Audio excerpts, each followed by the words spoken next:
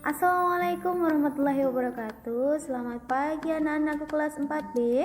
Apa kabar hari ini? Semoga sehat selalu dan semangat belajar dari rumah.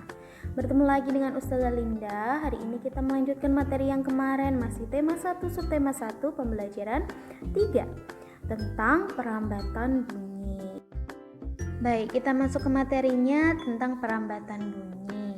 Bunyi dihasilkan dari benda yang bergetar. Bunyi berasal dari sumber bunyi, sedangkan sumber bunyi sendiri merupakan semua benda yang dapat menghasilkan bunyi, seperti alat musik yang sudah kita pelajari kemarin. Sifat bunyi ada 3. Yang pertama, bunyi memerlukan media untuk merambat, seperti melalui gas, benda padat, dan benda cair. Kemudian yang kedua, bunyi dapat diserap dan dipantulkan. Contohnya, suara terdengar lebih keras di dalam gua karena pemantulan suara di dinding gua. Dan yang ketiga, bunyi dapat dibiaskan.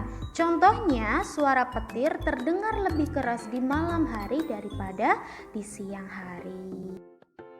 Selanjutnya, apa saja media perambatan bunyi? Yang pertama, bunyi merambat melalui benda gas. Contohnya di sini, suara yang terdengar saat teman memainkan alat musik di sekitar kita. Contoh lain ketika teman kita memanggil kita, itu juga termasuk bunyi merambat melalui benda gas. Kemudian yang kedua, bunyi merambat melalui benda padat.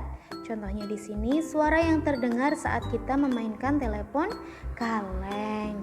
Kemudian yang ketiga, bunyi merambat melalui benda cair. Contohnya mendengarkan bunyi melalui corong yang ujungnya dimasukkan ke dalam ember yang berisi air. Kemudian ember dipukul dengan batu. Ada juga ketika kalian berenang, itu juga termasuk bunyi merambat melalui benda cair. Kita akan mendengar kecipak-kecipuk dari gerakan tangan maupun gerakan kaki. Seperti itu ya anak-anak.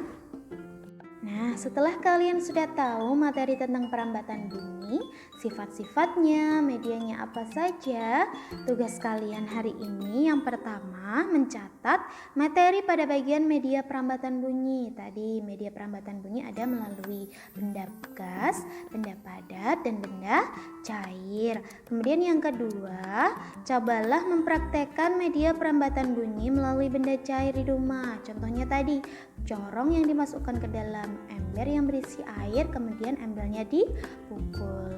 Tugas ini tidak perlu direkam, hanya saja dipraktekkan di rumah. Seperti itu ya. Baik, hanya itu yang dapat Ustazah sampaikan. Kurang lebihnya mohon maaf. Apabila ada yang belum jelas, bisa ditanyakan langsung ke Ustazah Linda. Ustazah akhiri, wassalamualaikum warahmatullahi wabarakatuh. Semangat belajar.